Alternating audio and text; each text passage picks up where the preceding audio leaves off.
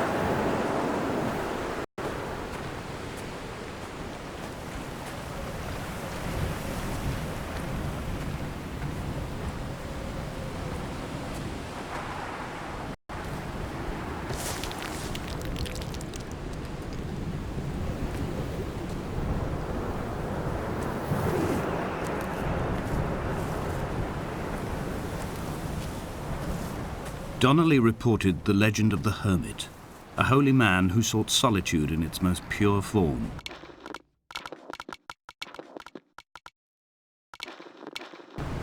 Allegedly, he rode here from the mainland in a boat without a bottom, so all the creatures of the sea could rise at night to converse with him. How disappointed he must have been with their chatter. Perhaps now, when all that haunts the ocean is the rubbish dumped from the tankers, he'd find more peace. They say he threw his arms wide in a valley on the south side and the cliff opened up to provide him shelter. They say he died of fever 116 years later. The shepherds left gifts for him at the mouth of the cave, but Donnelly records they never claimed to have seen him. I have visited the cave and I have left my gifts, but like them, I appear to be an unworthy subject of his solitude.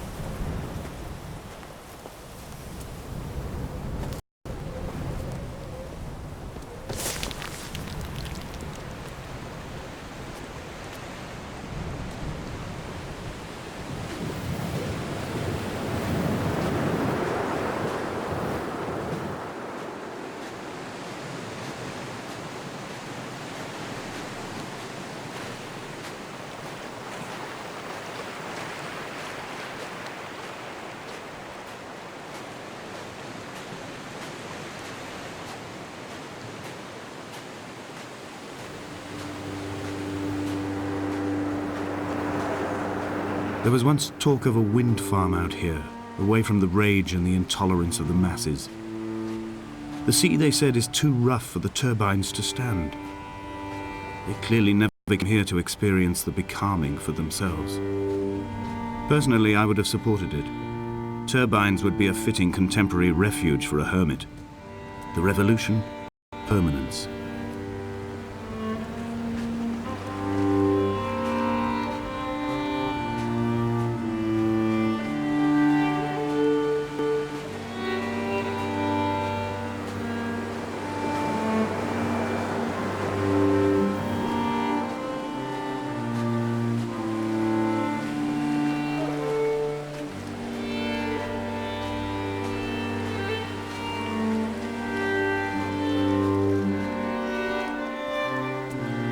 Esther. I found myself to be as featureless as this ocean, as shallow and unoccupied as this bay, a listless wreck without identification. My rocks are these bones, and a careful fence to keep the precipice at bay. Shot through me caves, my forehead a mount. This aerial will transmit into me so. All overexposed, the nervous system, where Donnelly's boots and yours and mine still trample. I will carry a torch for you. I will leave it at the foot of my headstone. You will need it for the tunnels that carry me under.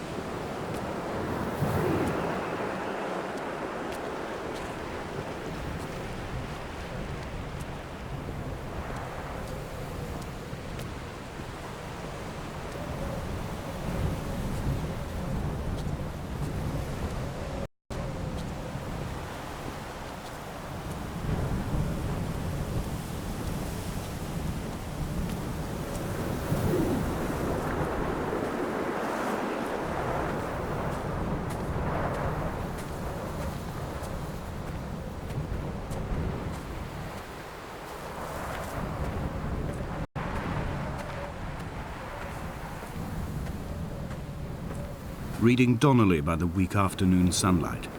He landed on the south side of the island, followed the path to the bay and climbed the mount.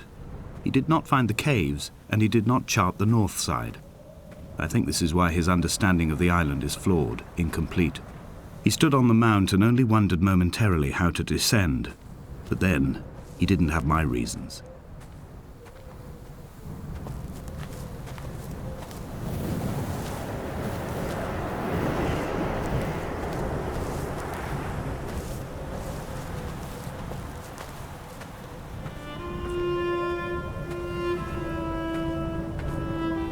When someone had died or was dying, or was so ill they gave up what little hope they could sacrifice, they cut parallel lines into the cliff, exposing the white chalk beneath.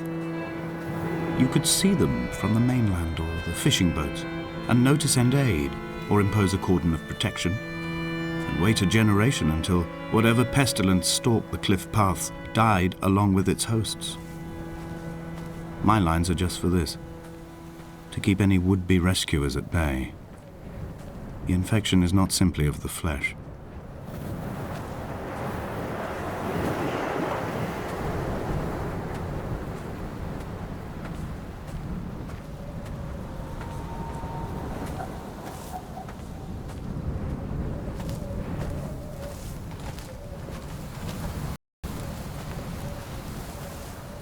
They were God-fearing people, those shepherds.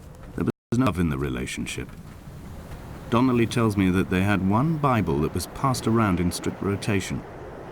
It was stolen by a visiting monk in 1776, 2 years before the island was abandoned altogether.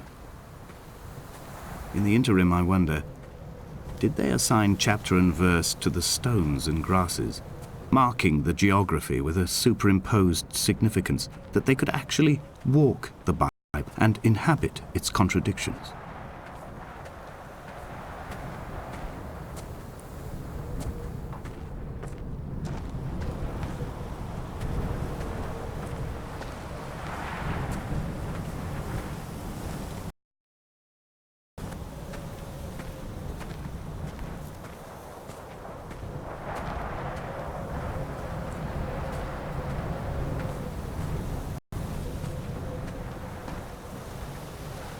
Dear Esther, I met Paul. I made my own little pilgrimage. My Damascus, a small semi-detached on the outskirts of Wolverhampton. We drank coffee in his kitchen and tried to connect to one another. Although he knew I hadn't come in search of an apology, reason or retribution, he still spiraled in panic, thrown high and lucid by his own dented bonnet. Responsibility had made him old. Like us, he'd already passed beyond any conceivable boundary of life. I find myself find that point where the hermit ends and Paul and I begin. We are woven into a sodden blanket, stuffed into the bottom of a boat to stop the leak and hold back the ocean. My neck aches from staring up at the aerial. It mirrors the dull throb in my gut where I am sure I've begun to form another stone. In my dreams, it forms into a perfect representation of Lot's wife, head over her shoulder, staring along the motorway at the approaching traffic in a vacuum of fatalistic calm.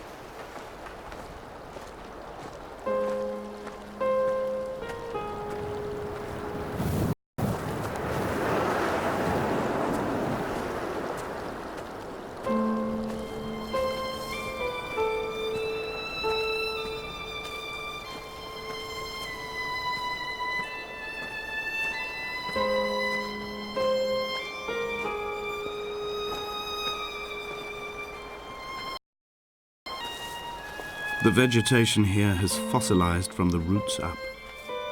To think they once grazed animals here, the remnants of occupation being evidence to that.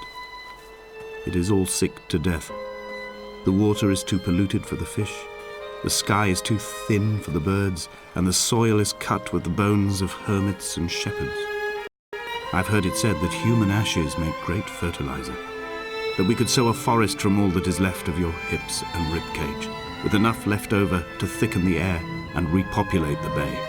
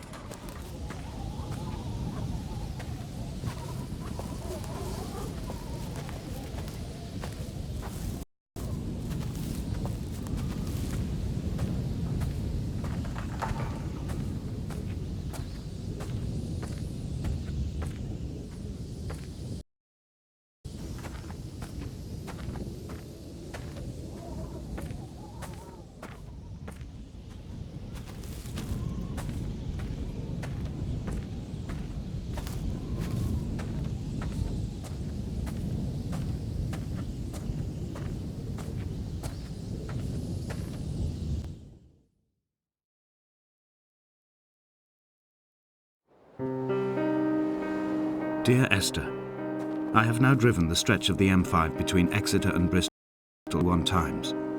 But although I have all the reports and all the witnesses and have cross-referenced them within a millimetre using my Ordnance Survey maps, I simply cannot find the location. You'd think there would be marks to serve as some evidence.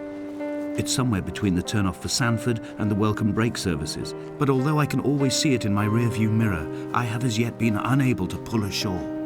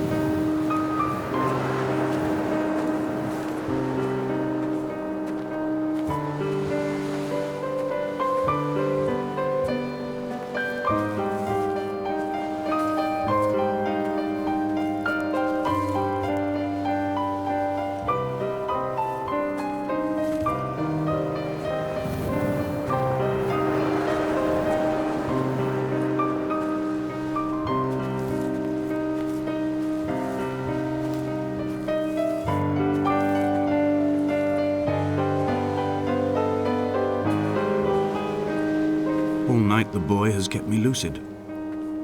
I sat when I was at the very edge of never unlocked the secret of the island. I sat at the edge and I watched the idiot boy blink through the night.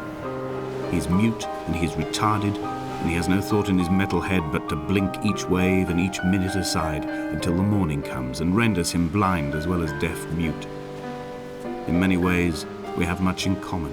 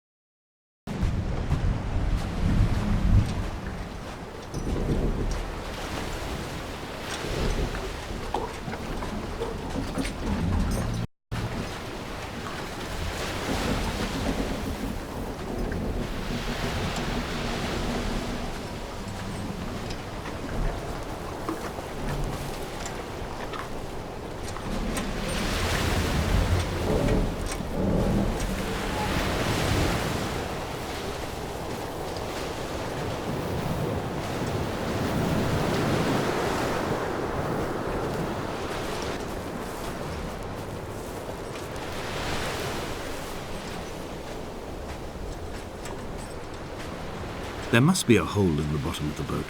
How else could new hermits have arrived?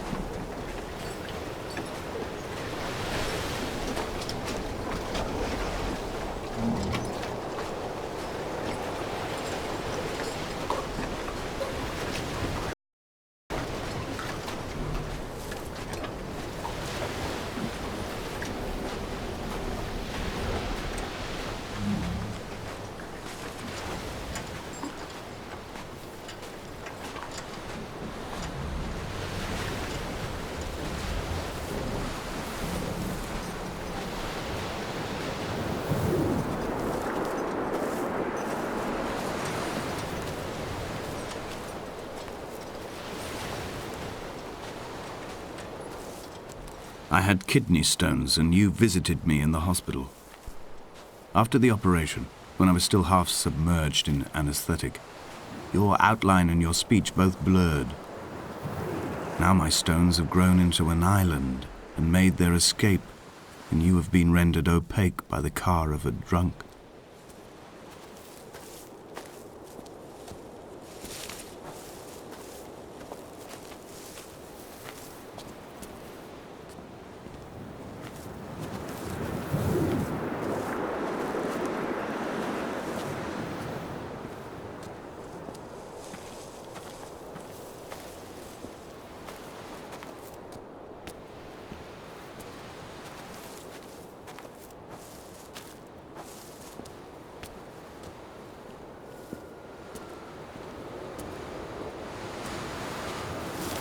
When I first looked into the shaft, I swear I felt the stones in my stomach shift in recognition.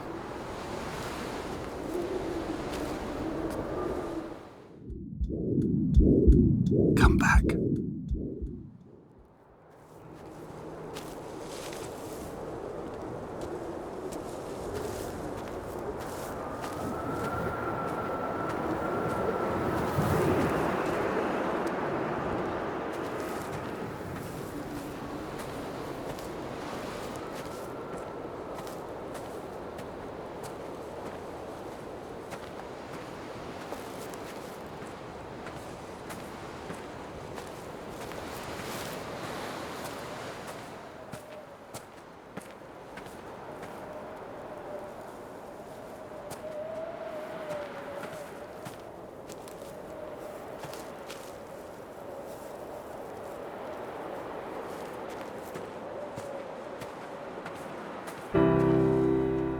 I've begun to climb, away from the sea and towards the center. It is a straight line to the summit, where the evening begins to coil around the aerial and squeeze the signals into early silence. The bothy squats against the mount to avoid the gaze of the aerial. I too will creep under the island like an animal and approach it from the northern shore.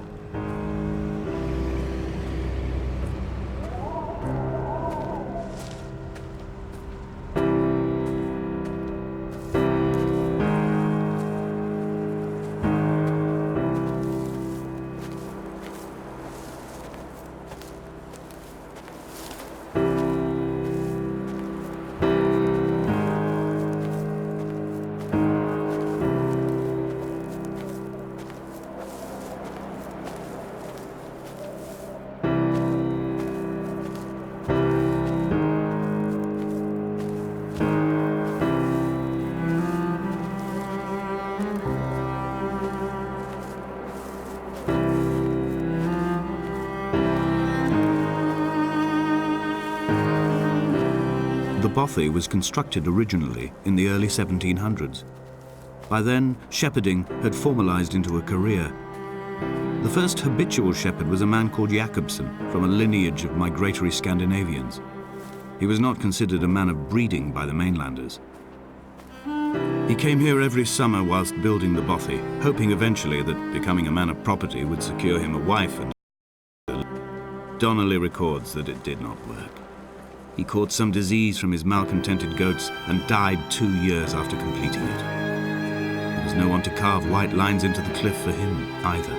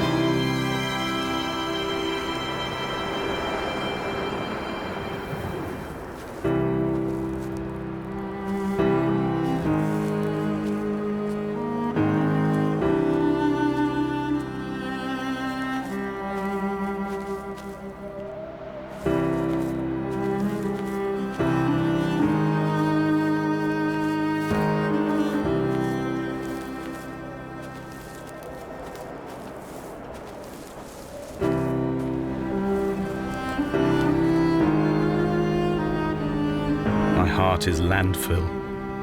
These false dawns waking into the still never light.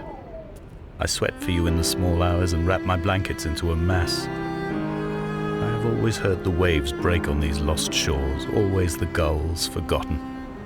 I can lift this bottle to my ear, and all there ever is for me is this Hebridean music.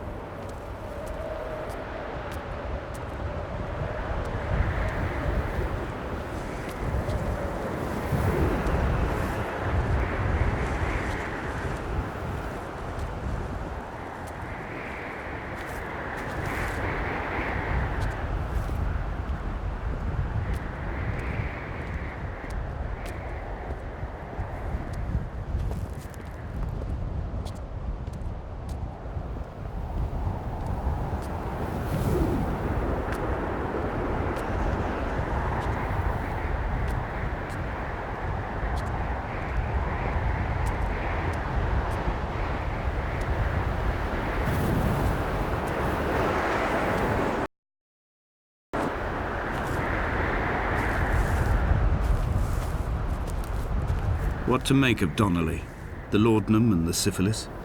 It is clearly not how he began, but I've been unable to discover if the former was a result of his visiting the island or the force that drove him here.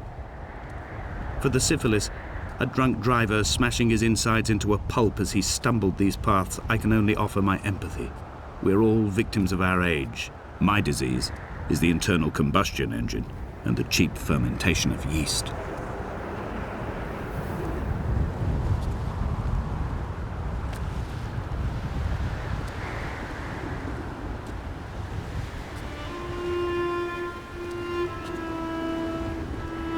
They found Jakobsen in early spring. The thaw had only just come.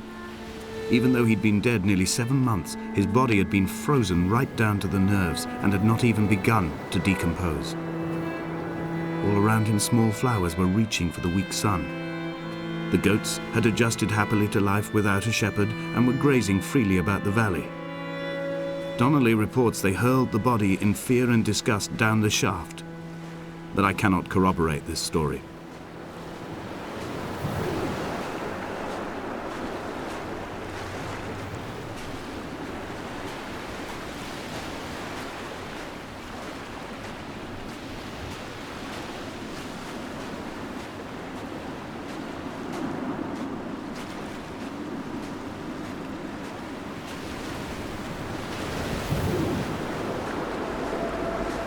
Climbing down to the caves, I slipped and fell and have injured my leg. I think the femur is broken. It is clearly infected. The skin has turned a bright, tight pink, and the pain is crashing in on waves, winter tides against my shoreline, drowning out the ache of my stones. I struggled back to the bothy to rest, but it has become clear that there is only one way this is likely to end. The medical supplies I loot to have suddenly found their purpose. They will keep me lucid for my final ascent.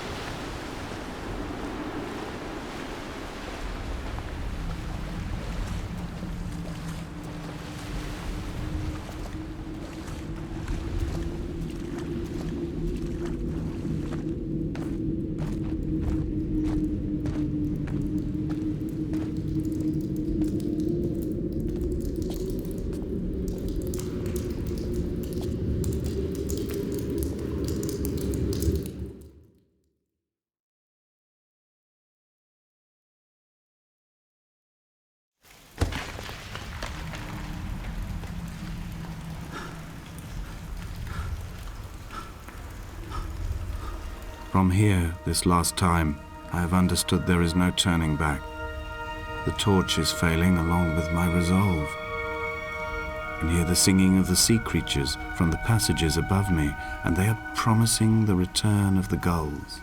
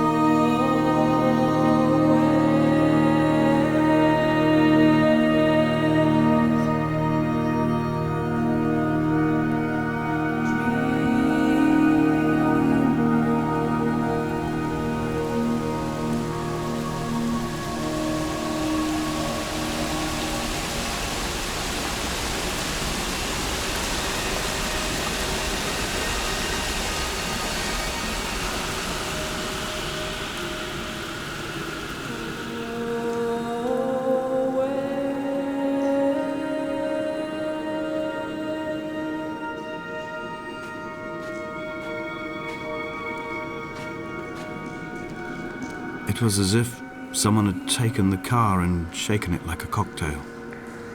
The glove compartment had been opened and emptied with the ashtrays and the boot. It made for a crumpled museum, a shattered exhibition.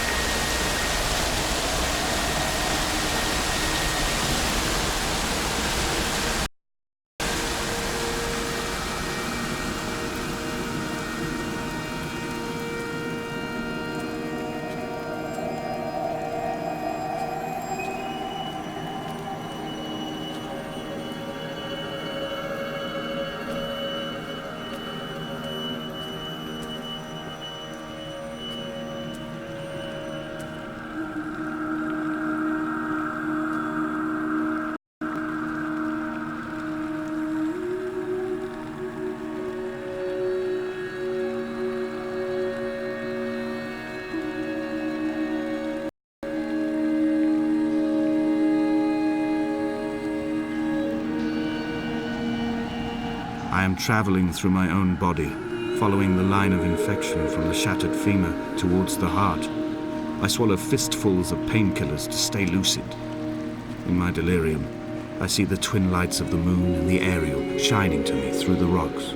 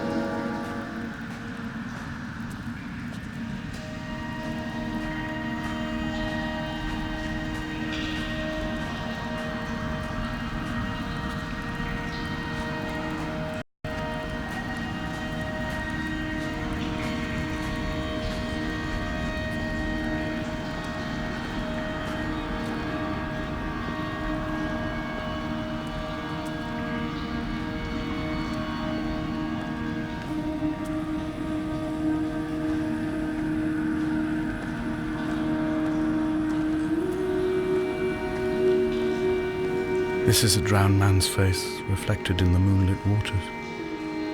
It can only be a dead shepherd who has come to drunk drive you home.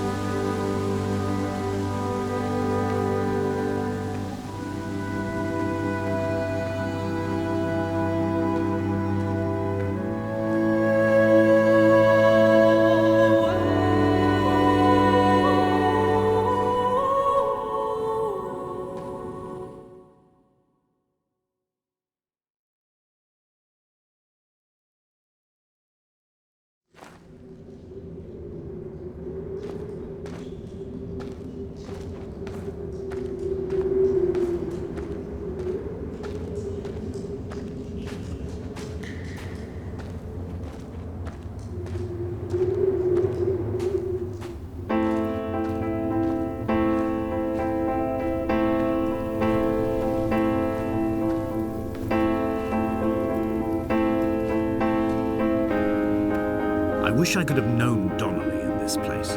We would have had so much to debate. Did he paint these stones or did I? Who left the pots in the hut by the jetty? Who formed the museum under the sea? Who fell silently to his death into the frozen waters? Who erected this godforsaken aerial in the first place? Did this whole island rise to the surface of my stomach, forcing the gulls to take flight?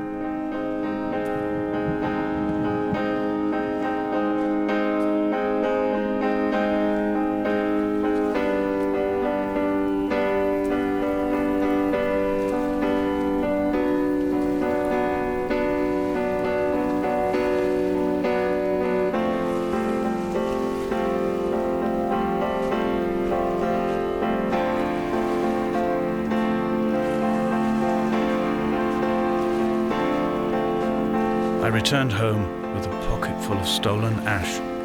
Half of it fell out of my coat and vanished into the car's upholstery. Stowed away in a box I kept in a drawer by the side of my bed. It was never intended as a meaningful act, but over the years it became a kind of talisman. I'd sit as just holding the diminishing powder in my palm and noting its smoothness. In time, we will all be worn down into granules, washed into the sea and dispersed.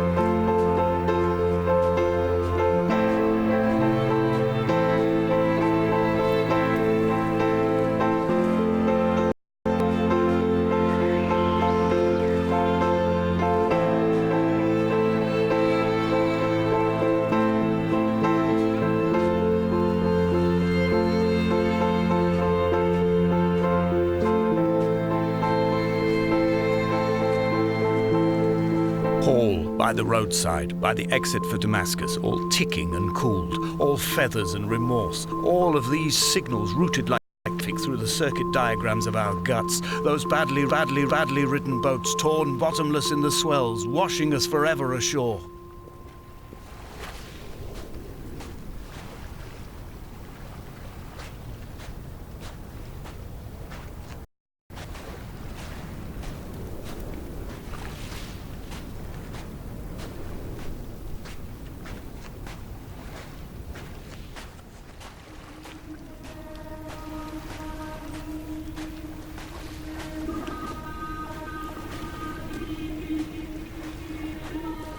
From here, I can see my armada.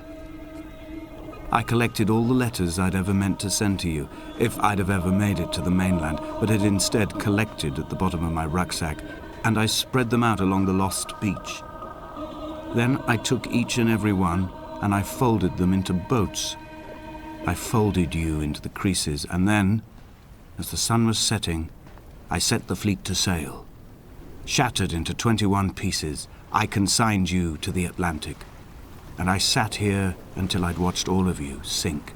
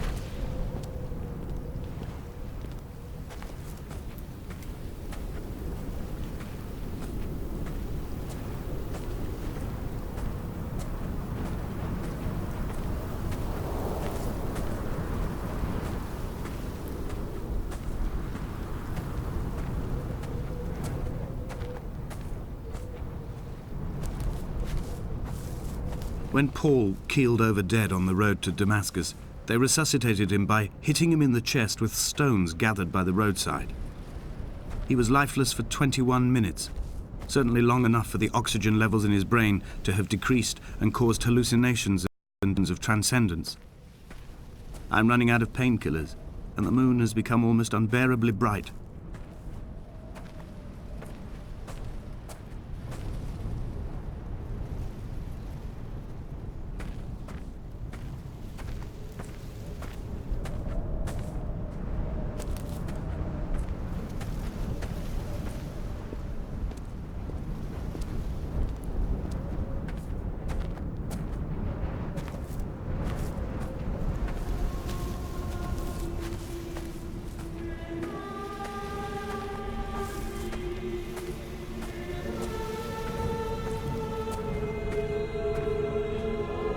I've begun my voyage in a paper boat without a bottom. I will fly to the moon in it. I've been folded along a crease in time, a weakness in the sheet of life. Now you've settled on the opposite side of the paper to me. I can see your traces in the ink that soaks through the fiber, the pulped vegetation. When we become waterlogged and the cage disintegrates, we will intermingle. When this paper aeroplane leaves the cliff edge and carves parallel vapor trails in the dark, we will come together.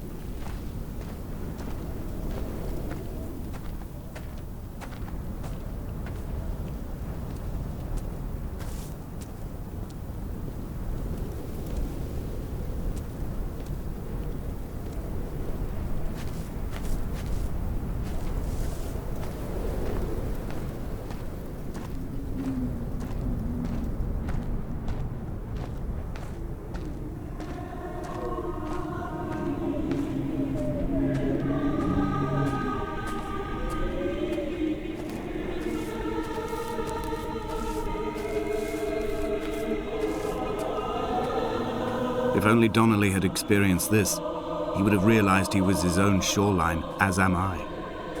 Just as I am becoming this island, so he became his syphilis, retreating into the burning synapses, the stones, the infection.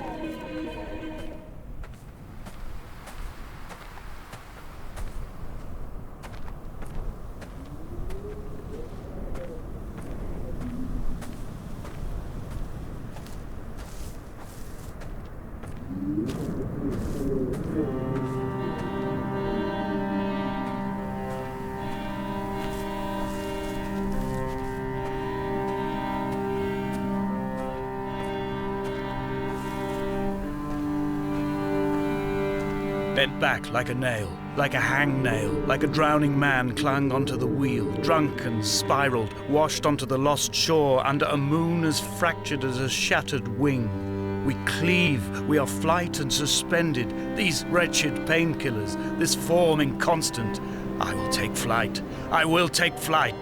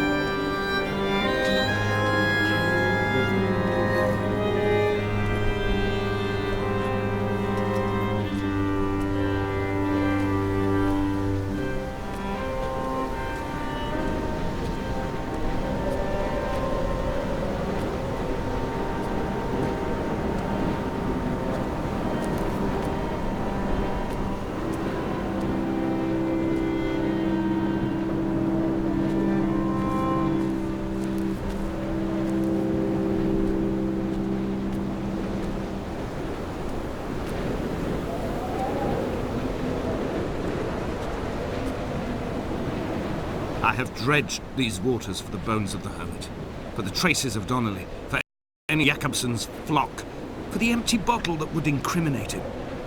I have scoured this stretch of motorway 21 times, attempting to recreate his trajectory, the point when his heart stopped dead and all he saw was the moon over the Sanford Junction.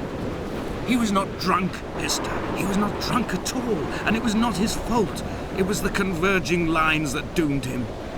This is not a recorded natural condition. The gulls do not fly so low over the motorway and cause him to swerve. The paint scored away from his car in lines like an infection, making directly for the heart.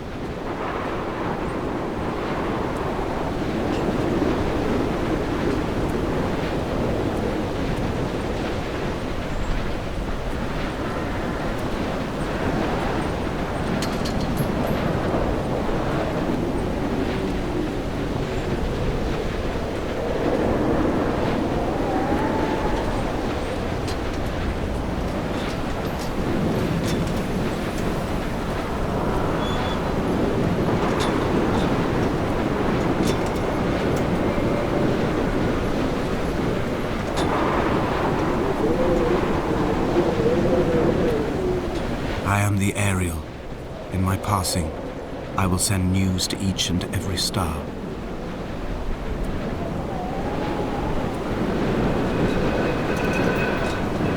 Dear Esther, I have burnt my belongings, my books, this death certificate. Mine will be written all across this island. Who was Jakobsen? Who remembers him? Donnelly has written of him, but who was Donnelly? Who remembers him? I have painted, carved, hewn, scored into this space all that I could draw from him. There will be another to these shores to remember me. I will rise from the ocean like an island without bottom, come together like a stone, become an Ariel, a beacon that they will not forget you. We have always been drawn here. One day the gulls will return and nest in our bones and our history. I will look to my left and see Esther Donnelly flying beside me. I will look to my right and see Paul Jakobsen flying beside me. They will leave white lines carved into the air to reach the mainland, where help will be sent.